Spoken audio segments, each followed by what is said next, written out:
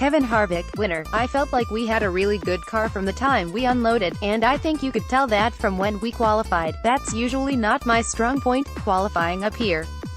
And to be able to qualify on the front row, we had 3 great practices and everything just kind of fell into place, and when they dropped the green flag, it was definitely still good.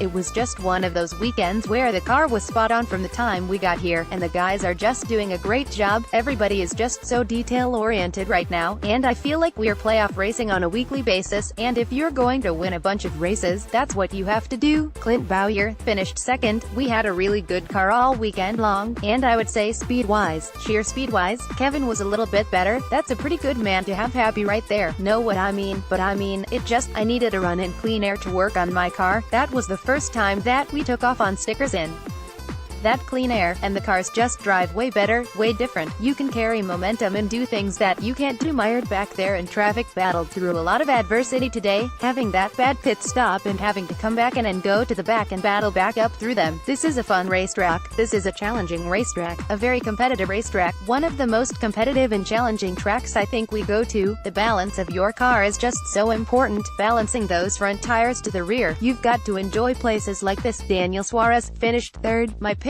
crew did an amazing job right there in the last stop, picking, I don't know, 4 or 5 spots. They did it right when it counts, so very proud of those guys. The team actually did great adjustments to help me in the short run when we were struggling a little bit, and we were able to keep the 3rd place, which is good for us. In the beginning of the season, we had some struggles, and now finally, it seems like we're going in the right direction. Martin Truex Jr. finished 4th. It was up and down, you know. I thought we were pretty good at the beginning of the race and lost that lap and had to come from the back. Just really hard to pass here today.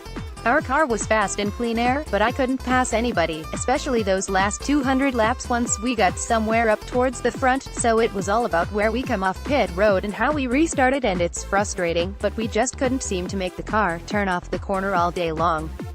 It was tight from the get-go, and that really hindered me in traffic. Kurt Busch finished 5th. It's all about the team effort. Good day for us. The way that the pit stops went, we had to come back from a penalty. Restarts went fair the early part of the race and went good in the latter part. Those restarts are close quarters and you need to grab spots then. These cars are really aero-sensitive. Thanks to Haas Automation and Ford, we had a top 5 day. Brad Keselowski finished 6th. We led some laps, which was good. We kind of fell apart on the last 2 runs. We'll just keep working on it. Jimmy Johnson finished 9th. All in all, it's been a really good day for our Lowe's for Pros Chevy. We had a couple of restarts being in the wrong lane. We pitted and we expected a lot more cars to come, but they didn't, so we had to start in the teens and start all over again. It's a good driving car. I was really happy with it. It's amazing how much faster I was when I was up in 3rd and 4th, just had a half a second of speed on our side just due to the cleaner air. Kyle Larson finished 10th. It was a hard-fought top 10 for sure. We were 3 laps down at one point. I guess happy about the top 10. I was hoping we could pick off some cars there that last run once we finally got on the lead lap, but it was just so hard to pass. Everybody was the same speed until the very end of the run, and then you could kind of move around. Found a little bit of time and was catching a few of them in front of me, but just ran out of time. William Byron finished 14th. It was hard for us to get track position. We had a couple of times we had to go to the back, but overall once we got up there it felt like we were a 10th to 15th kind of day. We kept making the car better. We just kind of needed to end on a short run there on the last run and also have some rubber in the racetrack. Long race. It was good to get all 400 laps in, and hopefully we can definitely come back stronger here in the fall. I think we have a lot of ideas on what to work on, so looking forward to that. Ricky Stenhouse Jr. finished 15th. I feel like we've had a top 15 to top 10 car throughout the race. We decided to stay out on that caution not to use up another set of tires. We had a great restart. I tried to gap myself as much as I could, knowing that the guys on 4 tires were going to be coming. I wish it would have rained really bad when I was leading laps. All in all, we gained a lot of track position making that strategy call. It's been a decent day for us. A decent weekend. Trevor Bayne finished 19th. We just didn't have any grip when the track rubbered up. Every time the track cleaned up for a few laps we would be okay, but the more rubber got down the worse our performance was. We just couldn't get the car to turn in the middle like we needed it to, and every time we tried to make it turn better we just took the back end out and got it too loose and never fixed the center. I fought being on the splitter early in the run all race long and that hurt us, so we finished 19th. That's not the day we wanted for sure, but we also gave it everything we had. Chris Buescher finished 20th. It wasn't a bad day for us, but I wish it could have been better. Just got a little off on the last run of the day as you would have it. Unfortunately, we lost rear grip there. During the weekend, we made some good progress from practice and qualified good. There's a lot of positives, but still a lot to work on yet. AJ Allmendinger finished 21st. Thanks to my guys for always working hard. It was a tough day overall for us. We started off comparable to where we had been all weekend. Then the end of the second stage the car got really loose. It jumped sideways on me so quick I thought something broke. I don't know what happened there, but I killed the right side of the car. It was just really loose and it took the side force we had away from it. Chris Buescher and I were pretty comparable during the race. We would kind of go back and forth. We still have got to keep working on stuff. I didn't help us at the last half of the race.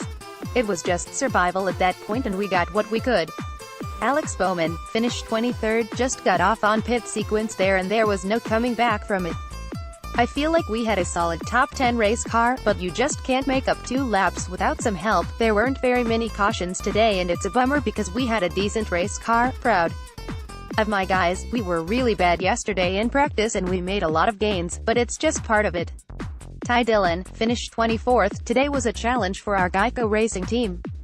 Dover is such a tough track to get a handle on, and we struggled with overall grip and speed throughout the weekend. Our Geico Camaro 1 Zalati certainly wasn't perfect, but we kept working at it and made the most of what he had.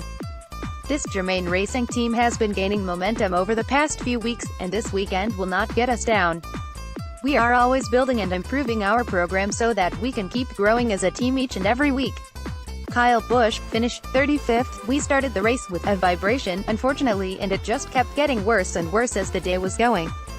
I don't know why we started the race with it. We hadn't had anything like that in a long time. I know what it was, but not sure why we had the problem to begin with. So, you know, we had a really fast pedigree Camry. I thought we were going to be top 3 car for sure, no question about that, but then what was going to happen with the guys in front of us?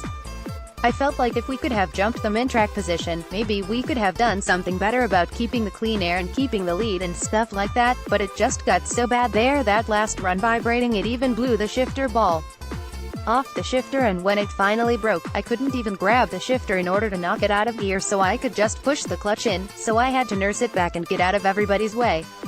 Follow at Dustin Long and on Facebook.